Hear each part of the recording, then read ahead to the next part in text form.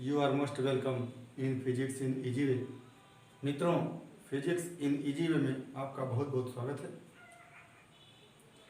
जैसा कि आप समझ रहे होंगे कि इन दिनों हम अपने वीडियो क्लिप में ऋजुरेखीय पथ पर गति से संबंधित ग्राफीय प्रदर्शन को बता रहे हैं। तो पिछले वीडियो क्लिप में हमने समय वेग ग्राफ को बताया था जब वस्तु त्वरित गति में है, और वो समय वेग ग्राफ एक सरल रेखा थी जिसकी प्रवणता नियत थी और वह प्रवणता वस्तु के त्वरण के बराबर था। और हमने समय वेग ग्राफ के माध्यम से किसी समय अंतराल में वस्तु द्वारा तय किए गए विस्थापन को भी देखा। पिछले वीडियो क्लिप में जो हमने समय वेग ग्राफ दिखाया था उसमें वस्तु का प्रारंभिक वेग u शून्य था। आज हम उसमें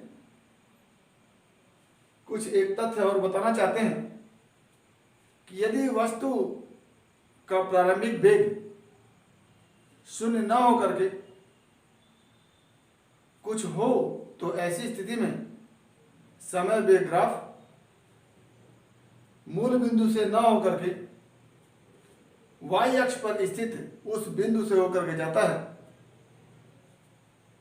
जिस बिंदु के संगत वस्तु का वेग वस्तु के प्रारंभिक वेग के बराबर होता है।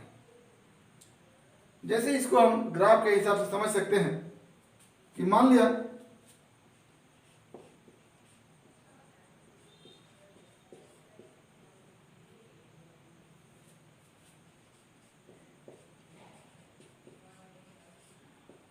किसी वस्तु का प्रारंभिक वेग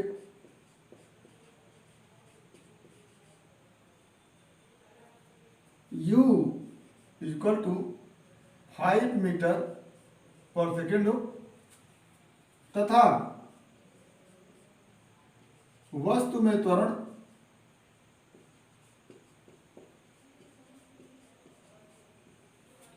2 मीटर पर सेकेंड स्क्वायर हो, तो ऐसी स्थिति में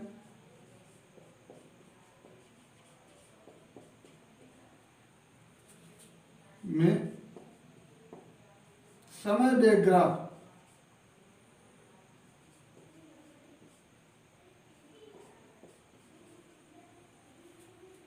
मूल बिंदु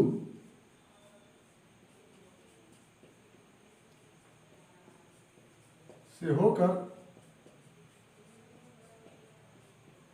नहीं जाएगा। ग्राफ y अक्ष के बिंदु से होकर जाएगा। y अक्ष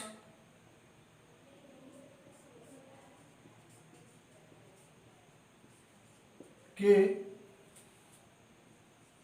इस बिंदु के संगत वस्तु का वेग प्रारंभिक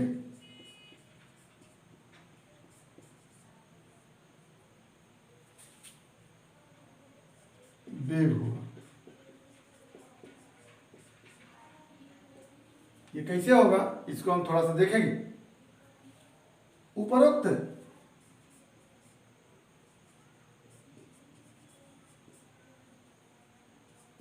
तथ्यों से समय के संगत, समय के सापेक्ष या समय के संगत वस्तु वेग संबंधी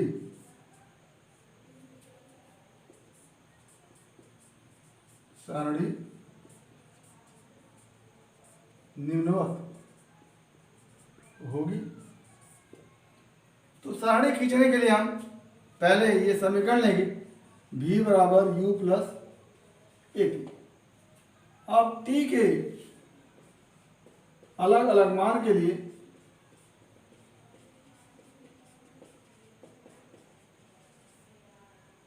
v का मान निकालेंगे। t बराबर 1 इम्प्लाई दैट v बराबर प्रारंभिक वेग 5 प्लस a 2 इंटू 1 क्या हो गया 6। t is equal to 2 imply that v is equal to 5 plus 2 into 2 is equal to 9। t is equal to 3 imply that v is equal to 5 plus 2 into 3 is equal to 11। t is equal to 4 imply that v is equal to 5 plus 2 is equal to 4 is equal to 30। तो t का मान 1 2 3 4 रखते जाएंगे हम। इस तरह से v का मान हम निकालते जाएंगे। इसी प्रकार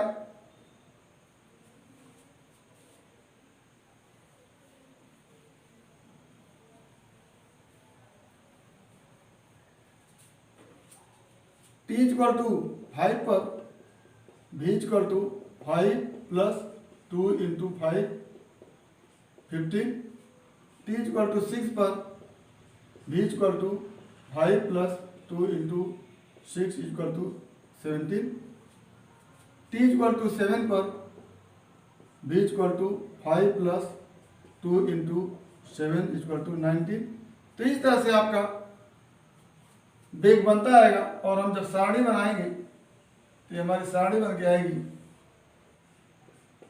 समय 0 पर वेग 5, अगर t इक्वल टू 0 रखें तो यहाँ u equal to 5 plus 2 into 0 यानी 5 हो जाएगा। या क्या है t equal to 0 imply that v equal to 5 plus 2 into 0 equal to 5। 1 पर 7, 2 पर 9, 3 पर 11, 4 पर 13, 5 पर 15, 6 पर 17, 7 पर 19 और 8 पर 20। ये हमारा ग्राफ बन के आएगा। t इक्वल टू 8 पर v plus v equal to 5 plus 2 into 8 equal to 20। तो अगर हम इन आंकड़ों से सारणी बनाते हुए ग्राफ खींचें तो ग्राफ कुछ इस प्रकार का होगा। ये हमारा ग्राफ बन के आएगा। ये 0 1 2 3 4 5 6 7 8 5 7 9 11 13 15 17 19 20। तो ये ग्राफ हम देख रहे हैं कि मूल बिंदु से न जाकर के y अक्ष के किसी बिंदु से होकर के जा रहा है। क्यों? क्योंकि प्रारंभ में जब समय 0 है यानी समय अक्ष पर नहीं जा रहा है तो हम वेग अक्ष पर 5 मीटर पर सेकंड की बिंदु पर जा रहा है। समय जब 1 सेकंड जा रहे हैं तो वेग 7 मीटर पर सेकंड हो जा रहा है। समय जब 2 सेकंड जा रहा है तो वेग 9 मीटर पर सेकंड हो जा रहा है। तो इस तरह से हमारा ग्राफ ये बन के आ रहा है। ये जो बिंदु है जहाँ से ग्राफ हमारा जा रहा है, इस बिंदु से मूल बिंदु तक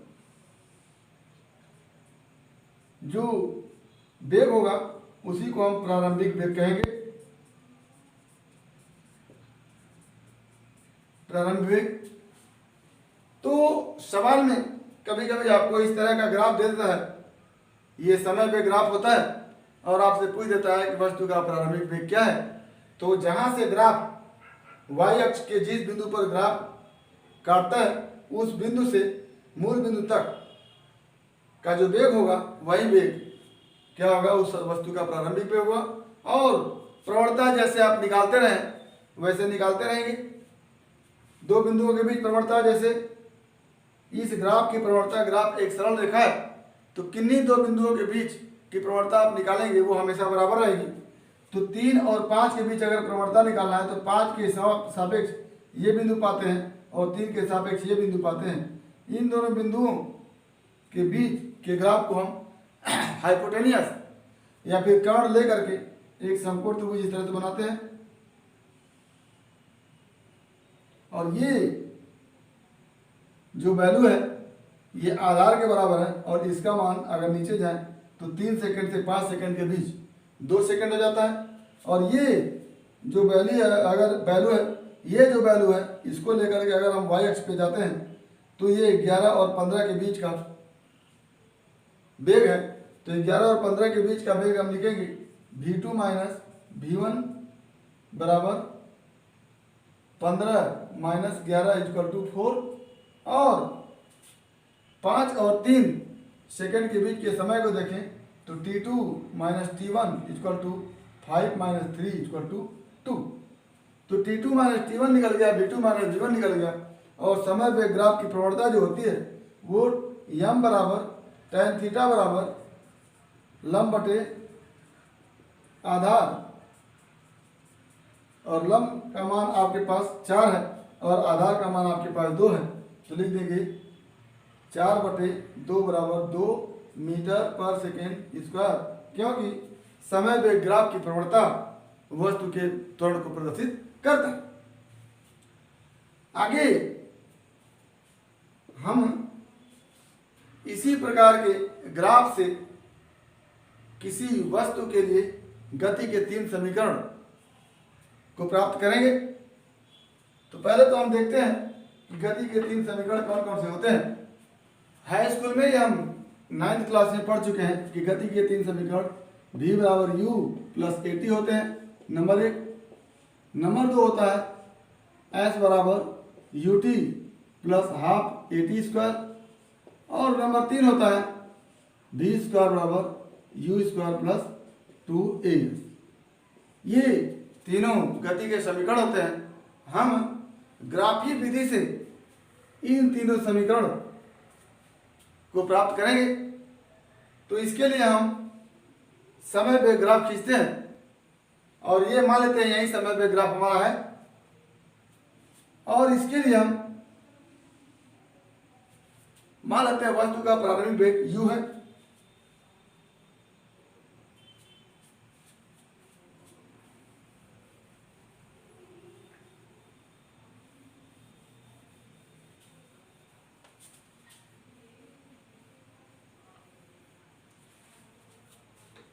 आप जानते हैं कि ये गति के तीनों समीकरण उस वस्तु के लिए है जिसमें क्या हो त्वरण, यानी त्वरित गति से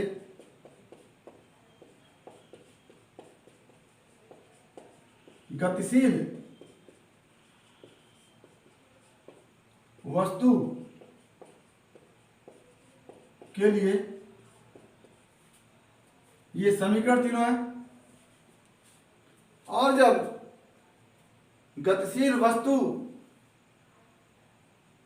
में त्वरण होता है तो ऐसी स्थिति में उसका समय वेग ग्राफ एक सरल रेखा प्राप्त होता है जो समय अक्ष पर झुका हुआ होता है।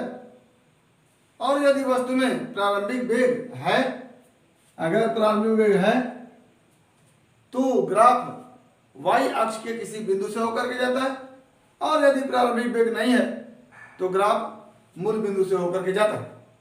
हम मान लेते हैं कि एक वस्तु है, मान लिया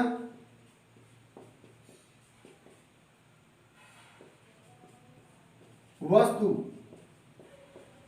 का प्रारंभिक वेग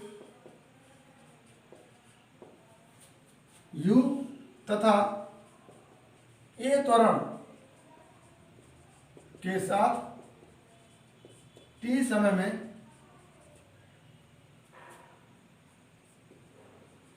उसका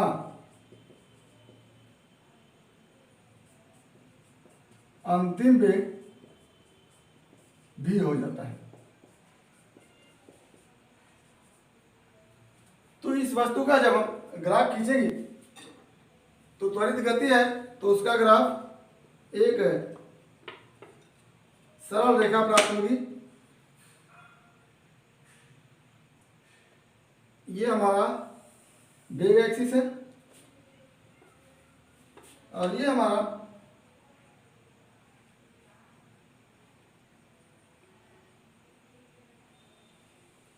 समय एक्सिस है। और हम बता दिए हैं कि वस्तु में प्रारंभिक वेग u है, यानी वस्तु y अक्ष के किसी बिंदु से होकर के जाएगी या ग्राफ y अक्ष के किसी बिंदु से होकर के जाएगा। ये मान लेते हैं ग्राफ है और y अक्ष के बिंदु A से होकर के जाता है। तो हम पहले अभी पढ़ चुके हैं कि O से इस बिंदु तक का जो वेग होता है उसको हम प्रारंभिक वेग कहते हैं। तो O से A तक वस्तु का प्रारंभिक वेग u है और मान लेते हैं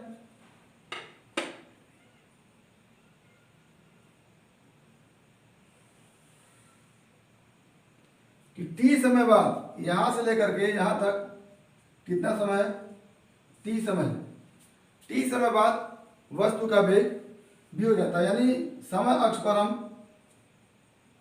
t तक चलेंगे तो वेग अक्ष पर हम v तक जाएंगे। ये हमारा v हो गया, ये u हो गया और यहां से यहां तक का जो समय अंतराल है वो t है। तो ऐसी स्थिति में सबसे पहले हम इस ग्राफ के माध्यम से गति के प्रथम समीकरण को प्राप्त करने का प्रयास करेंगे। तो हम इस ग्राफ की प्रवणता को अगर निकालना चाहे तो लिखेंगे समय अंतराल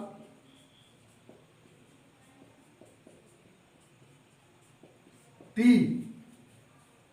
पर ग्राफ की प्रवणता, यानी इस समय अंतराल पर यदि ग्राफ की प्रवणता निकालनी होती है तो 0 से t तक अगर समय अंतराल है तो 0 के संगत इस बिंदु पर, ग्राफ के इस बिंदु पर एक बिंदु लेंगे और t यहाँ पर है तो t के संगत यहाँ पर एक बिंदु लेंगे और इस पूरे ग्राफ को हम हाइपोटेनियस मान के एक समकोण त्रिभुज बनाएंगे। तो ये हमारा समकोण त्रिभुज हो गया।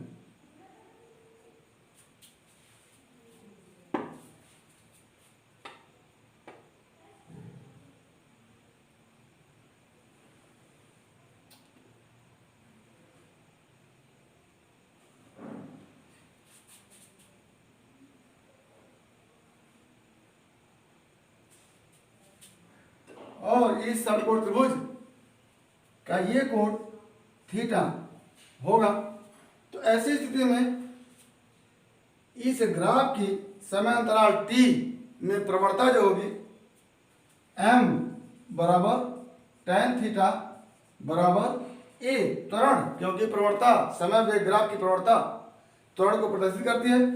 इस ग्राफ में वेग इधर हम दिखा रहे हैं और समय इधर दिखा रहे हैं। तो वेग की प्रवणता m बराबर tan थीटा बराबर a बराबर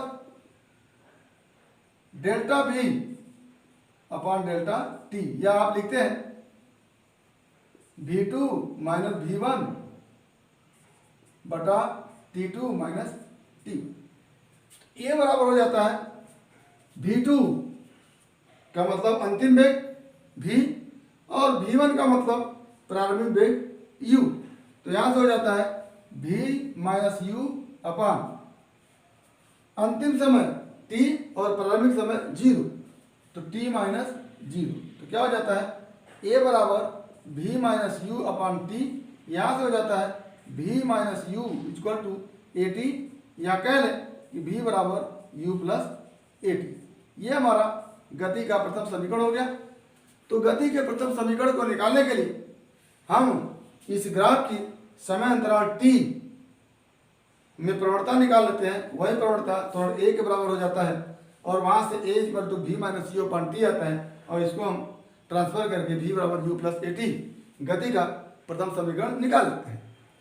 अब गति के द्वितीय समीकरण के लिए हम चूंकि द्वितीय समीकरण विस्थापन से संबंधित है और समय वेग ग्राफ में जो विस्थापन निकलता है वो समय वेग ग्राफ तथा समय अक्ष के बीच का घिरा हुआ क्षेत्रफल होता है। तो यदि हम t समय में वस्तु द्वारा चली गई दूरी या वस्तु द्वारा तय किए गए विस्थापन को निकालना है तो ऐसी स्थिति में 0 से t समय तक समय अक्ष और 0 से t समय के बीच का ग्राफ, ये अगर हम इसको b कहें और यहाँ पर हम c ले लेते हैं, ये o है, तो यहाँ से यहाँ तक का समय क्या है, t है।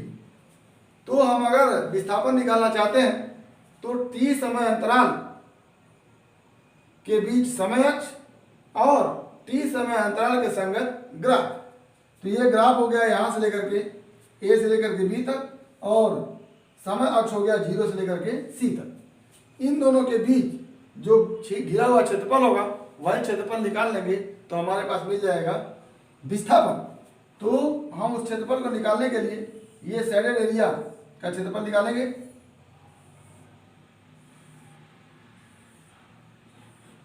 और चूंकि ये समलंब चतुर्भुज है तो ऐसी स्थिति में विस्थापन क्या हो जाएगा, तो लिखेंगे समय वेग ग्राफ में ग्राफ एवं समय अक्ष के बीच का क्षेत्रफल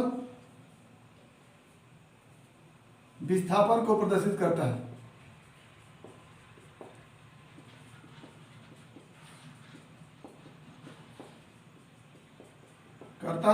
अतः विस्थापन S बराबर समलंब चतुर्भुज ABCO का क्षेत्रफल, यानी विस्थापन S बराबर 1/2 गुणे इस समलंब चतुर्भुज का क्षेत्रफल जो होगा वो समांतर भुजाओं का योग और गुणे उन दोनों के बीच की दूरी और बटे 2 होता है, या कह लें 1/2 गुणे समांतर भुजाओं का योग, एक तो u है और दूसरा v है और बटे गुणे 1/2 गुणे समांतर भुजा, एक u है और दूसरा v है, तो u प्लस v इंटू दोनों के बीच का लंबवत दूरी वो किसके बराबर है, यहाँ से यहाँ तक t के बराबर है। ये हमारा हो गया s इक्वल टू, या इसको लिखेंगे s equal to half u plus, पहला समीकरण हम निकाल चुके हैं u plus a t into t, तो यहाँ से हो जाता है s बराबर half 2u plus a t into t, और यहाँ से हो जाता है s बराबर u t plus half a t square. ये हमारा दूसरा समीकरण निकल गया इसी ग्राफ से। तीसरे समीकरण के लिए हम देखेंगे ये समीकरण भी यस u और v से संबंधित है। तो समय वेग ग्राफ में हम या तो a निकाल सकते हैं या तो s निकाल सकते हैं। तो यहीं से हम विस्थापन s इक्वल टू समलंब चतुर्भुज का क्षेत्रफल निकालते हैं। तो समलंब के चतुर्भुज क्षेत्रफल s इक्वल टू क्या हो जाएगा, v plus u by 2 into T, या half v plus U into T, या इसी को आप ऐसे लिख दीजिए 1/2 u plus v into T, ये फॉर्मूला। अब यहाँ से आप लिख सकते हैं s equal to half u plus v into, गति के प्रथम समीकरण से आप ये भी लिख सकते हैं कि v बराबर u प्लस ए टी में t इक्वल टू हो जाएगा v माइनस यू अपॉन ए। तो यहाँ से t का मान हम यहाँ रख देते हैं, तो हो जाता है v minus you upon A. अब ये हो जाता है s इक्वल टू हाफ अपनी जगह, ये हो जाता है v प्लस यू और ये हो जाता है v माइनस यू, तो दोनों का गुणनफल हो जाएगा v square minus you square upon A. अब यहाँ से 2 और a को ट्रांसफर कर दीजिए इस तरफ, तो हो जाएगा twice a x, twice a s equal to v square minus you square, या कह दें वी स्क्वायर बराबर u square plus twice a s, ये गति का तीसरा समीकरण हो गया। तो इस तरह से हम समय वेग ग्राफ, एक ही ग्राफ से गति का प्रथम समीकरण, गति का द्वितीय समीकरण, गति का तृतीय समीकरण निकालते हैं। तो इस तरह से उम्मीद करते हैं कि ग्राफीय विधि से गति के समीकरण का निगमन आप कर सकते हैं और आपको समझ में आया होगा।